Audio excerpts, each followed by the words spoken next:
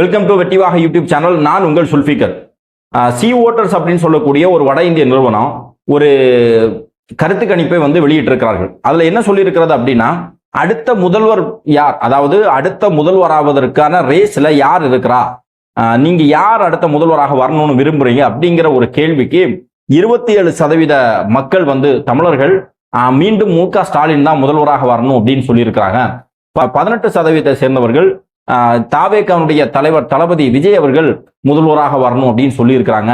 10% மக்கள் முன்னாள் முதலமைச்சர் எடப்பாடி பழனிசாமி முதல்வராக வரணும் அப்படின்னு சொல்லியிருந்தாங்க அப்படின்றாங்க.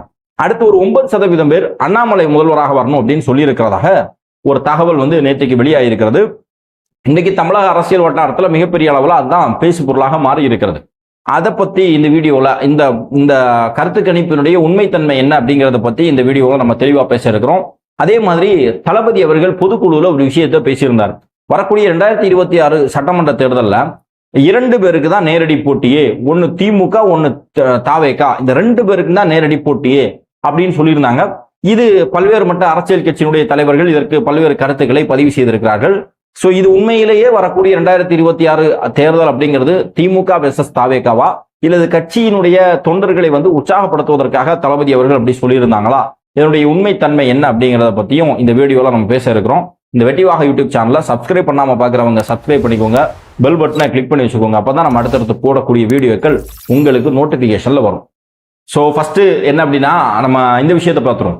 இந்த சி ஓட்டர்ஸ் அப்படின்னு சொல்லக்கூடிய நிறுவனம் பொதுவாகவே இந்த தேர்தலுக்கு முந்தைய கருத்து கணிப்பு, தேர்தலுக்கு பிந்தைய கருத்து கணிப்புகள் அப்படிங்கிறத பல்வேறு நிறுவனங்கள், ஆக்சிஸ் இந்தியா, சி ஓட்டர்ஸ், இந்த மாதிரி பல நிறுவனங்கள் ஒவ்வொரு விதவிதமாக கருத்து கணிப்புகளை எடுத்து மக்கள் மத்தியில் வெளியிடுவார்கள். இது அரசியல் வட்டாரத்தில் ஒரு தாக்கத்தை நிச்சயமாக ஏற்படுத்தும், ஒரு பேசு பொருளாக மாறும்.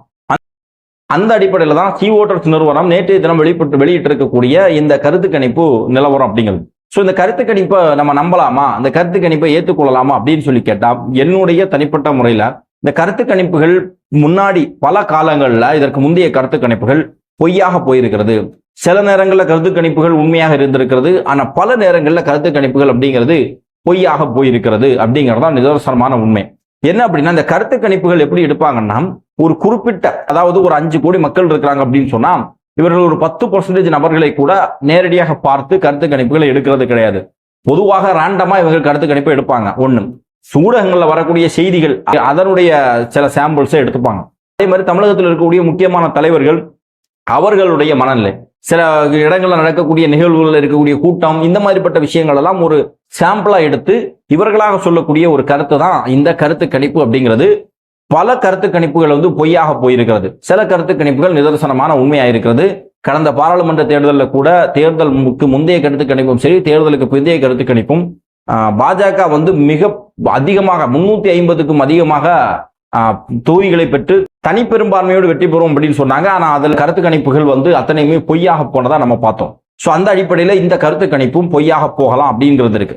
இன்னும் என்னுடைய சொந்த கருத்தாக நான் என்ன சொல்லணும்னா, கருத்து கணிப்பு உண்மையிலேயே பொய் தான் அப்படிங்கிறத நம்ம சொல்றோம். ஏன் அப்படின்னு சொன்னா, முதல்வர் மு.க. ஸ்டாலின் 27% வாக்கு சதவீதத்தை பெறுகிறார், 27% மக்களுடைய ஆதரவை பெறுகிறார் அப்படிங்கிறது பெரிய ஆச்சரியமோ அதுல பெரிய பொய்யோ கலந்தது மாதிரி தெரியல.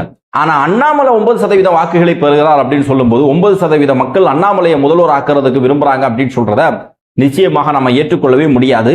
அதற்கான களமும் கிடையாது. கடந்த பாராளுமன்ற தேர்தலில் என்டிஏ கூட்டணி, பாட்டாளி மக்கள் கட்சி மாதிரி ஒரு சில கட்சிகளை இணைத்து கொண்டு தேர்தலை சந்திச்சதுனால 18% வாக்குகளை வாங்கினார்கள். இன்னும் சொல்ல போனா அதிமுக அந்த அளவுக்கு பலமாக இல்லை. 2016 அம்மையார் ஜெயலலிதா அவருடைய மறைவுக்கு பிறகு அதிமுக ஒட்டுமொத்தமாக பலவீனமாகி போய்விட்டது.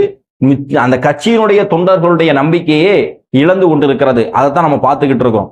அந்த கட்சி எவ்வளவு பெரிய கம்பீரமான கட்சி, இன்னைக்கு அந்த கட்சியோட கூட்டணியில் இருக்கிறதுக்கு ஒவ்வொரு தவம் இருப்பாங்க.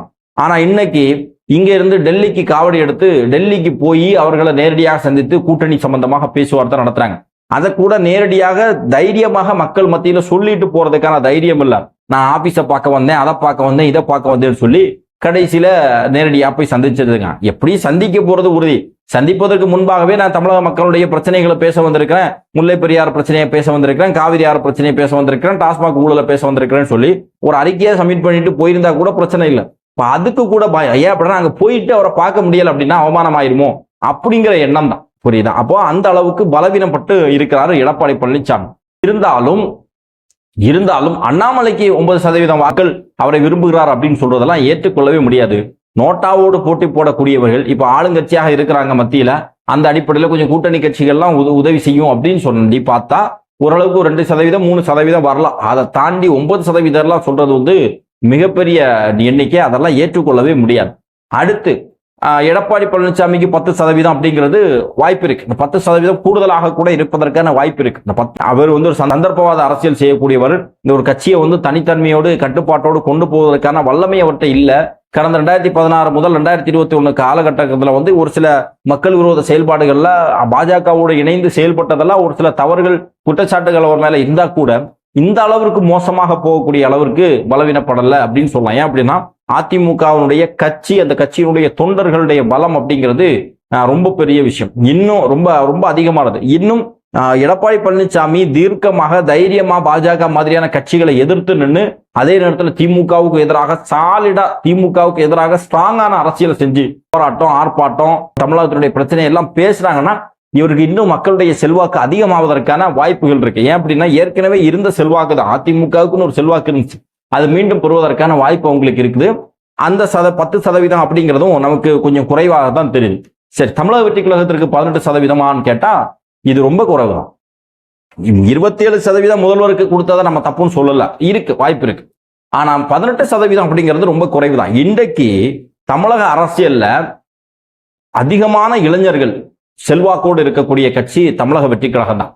கட்சியில ஃபுல் டைமா வேலை பார்க்கக்கூடிய தொண்டர்களை பார்க்காதீங்க, அதை தாண்டி அரசியலுக்கே சம்பந்தம் இல்லாத மக்கள் கூட இன்றைக்கு விரும்பக்கூடிய ஒரு கட்சி தலைவர்கள், அதாவது ராம ஆண்டா என்ன, ராவண ஆண்டா என்ன, எனக்கு என்னன்னு சொல்லிட்டு இருக்கக்கூடிய மனநிலையில் இருக்கக்கூடியவர்கள் கூட இன்றைக்கு தளபதி அவர்களை விரும்புகிறார்கள். இதை வந்து நிதர்சனமாக நம்ம களத்திலே பார்க்கிறோம்.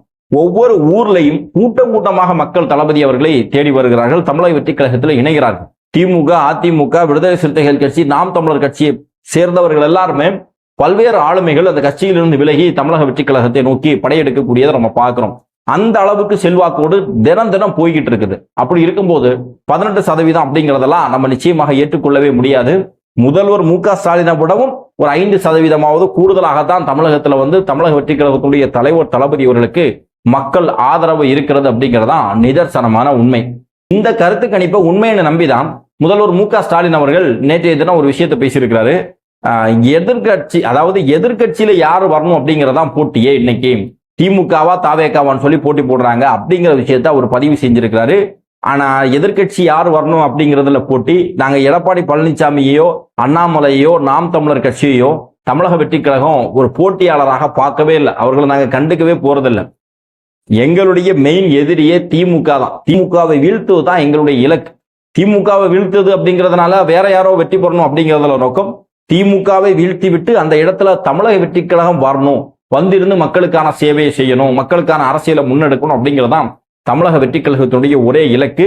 அதனால இந்த அதிமுக இவர்கள் கூட எல்லாம் நாங்க போட்டி போட போறதில்ல, அது எங்களுக்கு தேவையும் இல்லை. நீங்க இன்றைக்கு ஆளுங்கட்சியாக இருக்கக்கூடிய திமுகவை நோக்கி கேள்வி எழுப்புவது, திமுகவுடைய தவறுகளை சுட்டிக்காட்டுவது மட்டும்தான் எங்களுடைய தலையாய நோக்கம். ஏன் அப்படின்னா எங்களுடைய போட்டியாளராக நாங்க 2 பேரை பார்க்கிறோம். ஒன்னு பாஜகவை பார்க்கிறோம் ஒன்றிய அளவுல, இன்னொன்னு திமுகவை பார்க்கிறோம் அப்படிங்கிறதான் நிதர்சனமான உண்மை. சரி, அடுத்து தமிழக வெற்றி கழகத்தினுடைய தலைவர் தளபதி அவர்கள் கடந்த பொதுக்குழுல ஒரு விஷயத்தை பேசியிருந்தாரு. 2026 சட்டமன்ற தேர்தல் அப்படிங்கிறது ரொம்ப வித்தியாசமாக இருக்க போது. இந்த தேர்தலில் வந்து யாருக்கெல்லாம் போட்டி இருக்கும் அப்படின்னா திமுகவுக்கும் தாவேகாவுக்கும் மட்டும்தான் நேரடி போட்டி அப்படின்னு சொல்லி விஷயத்த சொல்லியிருந்தார்.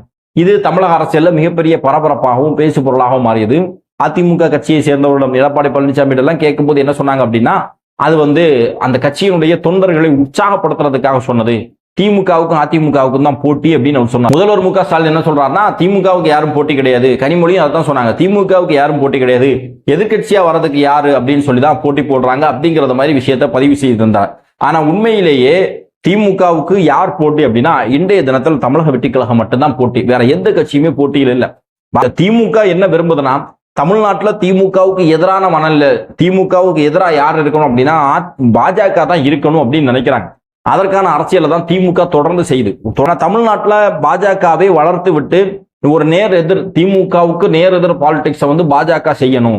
அப்படி செய்யும் போதுதான் பாஜகவை பார்த்து பாஜக மீது இருக்கக்கூடிய வெறுப்பு ஓட்டுகள் அத்தனையுமே திமுக பக்கம் சாயும், இடையில யார் வந்தாலும் அவர்களுக்கு கவலை இல்லை அப்படிங்கிற மனநிலையில தான் திமுக தொடர்ந்து பாஜகவை வந்து ஒரு சைட்ல ப்ரொமோட் பண்ணிட்டே இருக்கிறாங்க. திமுக என்ன விரும்புதுன்னா, தமிழ்நாட்டில் திமுக வெர்சஸ் பாஜக அப்படிங்கிற ஒரு போட்டி வரணும். அப்படி இருக்கும்போது அவங்களுடைய பலகாலமாக இருக்கக்கூடிய போட்டியாளராக இருக்கக்கூடிய அதிமுக ஒளிஞ்சிரும். மற்ற யார் புதுசா வந்தா கூட அவர்களையும் ஒரு குறிப்பிட்ட சதவீத வாக்குகளோடு ஒதுக்கி விட்டுறலாம் அப்படிங்கிறது தான் திமுகவுடைய நிலைப்பாடு. திமுக தொடர்ந்து அதுக்கு தான் வேலை செய்யுது. ஆனா உண்மையிலேயே திமுகவுடைய இந்த ஸ்ட்ராட்டஜி வந்து தமிழ்நாட்டில் பொய்யா தான் போக போகுது. ஆனா தமிழக வெற்றிக் கழகம் எதை விரும்புது அப்படின்னு சொன்னா, எதை விரும்புது அப்படிங்கிறத தாண்டி எது நிதர்சனமான உண்மை அப்படின்னு சொன்னா, திமுகவுக்கு நேரடி போட்டியாக தமிழக வெற்றிக் கழகம் தான் இருக்கிறது. இன்றைக்கு தமிழ்நாட்டில் இருக்கக்கூடிய எத்தனையோ அரசியல் கட்சிகளுடைய தலைவர்கள்ல ரொம்பவும் மக்களால் ஆதரிக்கக்கூடிய ஒரு தலைவராக, மக்கள் விரும்பக்கூடிய ஒரு தலைவராக தளபதி அவர்கள் இருந்து கொண்டிருக்கிறார். அவர் சினிமா துறையிலிருந்து வந்தது அவருக்கு ஒரு கூடுதல் அட்வான்டேஜாக இருந்தா கூட அவருடைய செயல்பாடுகள், அவருடைய நடவடிக்கைகள் எத்தனையுமே இன்றைக்கு தமிழக மக்களுக்கு ஒரு நம்பிக்கையை கொடுக்குது. ஒரு சில நாட்களுக்கு முன்பாக என்கிட்ட பேசின ஒரு நபர் தெளிவா சொன்னார், தளபதி அவருடைய அரசியல் சிறப்பாக இருக்கிறது, ரொம்ப மோசமா யாரையும் தரம் தாழ்ந்து பேசாம, ரொம்ப கேவலமான ஒரு அரசியலை சும்மா விமர்சனங்கிற அரசியலுக்கு உள்ள இல்லாம ஒரு ஃபேக்டா ஒரு அரசியல் வந்து எந்த அளவுக்கு டீசெண்டா செய்ய முடியுமோ அதை செய்யறாரு. இந்த அரசியலை வந்து நாங்க விரும்புறோம், அரசியலே வேண்டாம், அரசியலே சாக்கடை அப்படின்னு நினைச்சிட்டு இருக்கக்கூடிய எங்களை மாதிரி ஆட்களுக்கெல்லாம் வந்து இந்த அரசியல் புதுசாக இருக்கிறது, இந்த அரசியல் பிடிச்சிருக்கிறது அப்படின்னு சொல்றதை நம்ம பார்க்கிறோம். ஸோ இது ஒருவருடைய மனநிலை மட்டும் கிடையாது, பல மக்களுடைய மனநிலை இங்க தான் இருக்கு. இன்னும் சொல்ல போனா கடந்த ஒவ்வொரு தேர்தலையும் பதிவாகக்கூடிய வாக்கு சதவீதம் அப்படிங்கிறது ஒரு 60%, 65% வாக்குகள் பதிவாகும். மீதம் இருக்கக்கூடிய ஒரு 35% வாக்குகள் பதிவாகாது. இது யார் அப்படின்னு சொன்னா, யாருக்கு போட்டாலும் இங்க ஒரு பிரயோஜனம் கிடையாது, அவர்களால மக்கள் இங்க எந்த நன்மையும் கிடையாது, அரசியலே ஒரு சாக்கடை தான், இவங்க எல்லாமே கொள்ளையடிக்கிறதுக்காக தான் அரசியல் செய்யறாங்க இப்படின்னு சொல்லக்கூடிய மக்கள்ல கொஞ்சம் ஒரு குறிப்பிட்ட சதவீதம் தான் இந்த இது. ஸோ அவர்கள் கூட இன்றைக்கு தமிழக வெற்றிக் கழகத்தையும் தளபதியும் மேல ஒரு நம்பிக்கை வைத்திருக்கிறாங்க. அரசியலே வேண்டாம்னு சொல்லி ஒதுங்கி இருக்கக்கூடிய இப்போ சாப்ட்வேர் கம்பெனில வேலை பார்க்கக்கூடியவங்க, டாக்டரா இருக்கக்கூடியவங்க, இந்த மாதிரி கவர்மெண்ட்ல வேலை பார்க்கக்கூடியவங்க, இவர்கள் கூட இன்றைக்கு சாரையாக தமிழக வெற்றிக் கழகத்தை நோக்கி வர்றதை பார்க்கணும். அப்படின்னா வரக்கூடிய தேர்தலில் வந்து நிச்சயமாக வாக்கு சதவீதம் அதிகரிக்க போகிறது அப்படிங்கிறது நிதர்சனமான உண்மை. அந்த வாக்கு சதவீதம் அதிகரிக்கக்கூடியது அத்தனை பேருமே தமிழக வெற்றிக் கழகத்தை தான் தேர்ந்தெடுக்க போகிறார்கள் அப்படிங்கிறதா நிதர்சனமான உண்மை. அப்படி பார்க்கக்கூடிய பட்சத்தில் திமுகவுக்கும் தமிழக வெற்றிக் கழகத்துக்கும் தான் போட்டு. சரி, இன்னைக்கு அதிமுகவை பொறுத்த வரையிலும் இவங்க வந்து ஏற்கனவே 5 வருடம் இருந்து தமிழ்நாட்டில் பல்வேறு மக்கள் விரோத சட்டங்களை வந்து பாஜக கொண்டு வரும்போது அதற்கு ஆதரவாக இருந்தது. இன்னொன்னு, எடப்பாடி பழனிசாமியை பொறுத்த வரையிலும் அவருக்கு பெரிய நெகட்டிவிட்டி இருக்கு. கூடவே இருந்த சசிகலா, இவரை முதல்வராக்க சசிகலாவுக்கு துரோகம் பண்ணது, ஓபிஎஸ்க்கு துரோகம் பண்ணது, மக்களுக்கு துரோகம் பண்ணது, இப்படி பல விஷயங்கள்ல வந்து அவர் மேல ஒரு மக்களுக்கு ஒரு வெறுப்பு இருக்குது அப்படிங்கிறதுல மாற்றுக்கிறது இல்லை. அதிகபட்சமா ஒரு 15 பேர் அந்த கட்சியில் இருக்கக்கூடிய நபர்கள் அவர்களை ஆதரித்தால் உண்டு. அதை தாண்டி பெரிய அளவுல செல்வாக்கு இல்ல. கட்சியில் இருக்கக்கூடியவர்கள் அவர்களை ஆதரித்தால் உண்டு, தேர்தல் நேரத்தில் காசு கொடுத்து கொஞ்சம் வாக்குகளை வாங்கினா உண்டு. அதை தாண்டி அவர்களுக்கு பெரிய செல்வாக்கு இல்லை. அதன் காரணமாக தான் பாஜக மாதிரியான கட்சி வந்து அதிமுகவை வந்து கையாடல் பண்றதுக்கு நினைக்கிறாங்க. இன்னும் சொல்ல போனா நம்ம ஃபேக்டா சொல்றோம், சும்மா அனுமானத்துல சொல்லல. அந்த பாராளுமன்ற தேர்தலில் பல இடங்கள்ல அதிமுக 3வது இடம் 4வது இடத்துக்கு தள்ளப்பட்டது. கன்னியாகுமரியில எல்லாம் 4வது இடம் நாம் தமிழர் கட்சியை விடவும் குறைவான வாக்குகளை பெற்றார்கள். இத்தனைக்கும் மிகப்பெரிய கோடீஸ்வரனை நிறுத்தி பல லட்சக்கணக்கான கோடிக்கணக்கான ரூபாயை செலவு பண்ணதுக்கு அப்புறம் கூட அவர்களால் 4வது இடத்துக்கு தான் வர முடிஞ்சது. இந்த அளவுக்கு மக்களுடைய செல்வாக்கை வந்து அதிமுக இழந்து விட்டது அப்படின்னு சொன்னா இதுல எந்த விதமான மாற்று கருத்தும் கிடையாது. திமுகவுக்கு நேர் எதிர் போட்டியில அதிமுக இருக்குது அப்படிங்கிறதுல மாற்று கருத்து இருக்கு. இனி பிஜேபின்னு கேட்டா நிச்சயமாக இல்லை. அவர்கள் வந்து தொடர்ந்து நோட்டாவுக்கு எதிராக போட்டி போட்டவர்கள். தமிழ்நாட்டில் ஒன்றியத்துல பாஜக ஆட்சிக்கு வந்த காரணத்தினால அவர்கள் இடி, அமலாக்கத்துறை மாதிரியான விஷயங்களை வச்சு அதிமுக மாதிரியான கட்சிகளை வந்து கபலீகரம் செய்ததுனால, மிரட்டக்கூடிய காரணத்தினால கூட்டணி அப்படிங்கிற அடிப்படையில் ஒரு 18% வாக்குகளை வாங்கியிருந்தார்கள். இன்னும் சொல்ல போனா அன்னைக்கு ஒரு ஆப்ஷனே இல்ல, தளபதி அவர்கள் ஒரு ஆப்ஷனாக இல்ல. திமுகவுக்கு நேர் எதிரான வாக்குகளை பெறுவதற்கு இவங்க 2 பேர் தான் இருந்ததுனால இவர்களுக்கு வாக்களித்தார்கள். ஆனா இன்றைய தினம் இப்ப இருக்கக்கூடிய சூழல்ல வந்து திமுகவிற்கு நேர் எதிராக இருக்கக்கூடியவர்கள், ஆனா அதே நேரத்தில் பாஜகவையும் அதிமுகவையும் ஏற்றுக்கொள்ளவே முடியாது அப்படிங்கிற மனநிலையில் இருக்கக்கூடிய மக்கள் பெரும்பாலும் அதிமுகவை ஆதரிக்கிறார்கள். இப்ப எல்லாரும் கேட்கலாம், அப்ப நீங்க வந்து அதிமுக ஓட்டு பாஜக ஓட்டை மட்டும் தான் பிரிக்கிறீங்களா, அவர்களிடமிருந்து அவர்களுடைய செல்வாக்கு மட்டும் தான் உங்களுக்கு கிடைக்குது அப்படின்னு கேட்டா நிச்சயமாக இல்ல.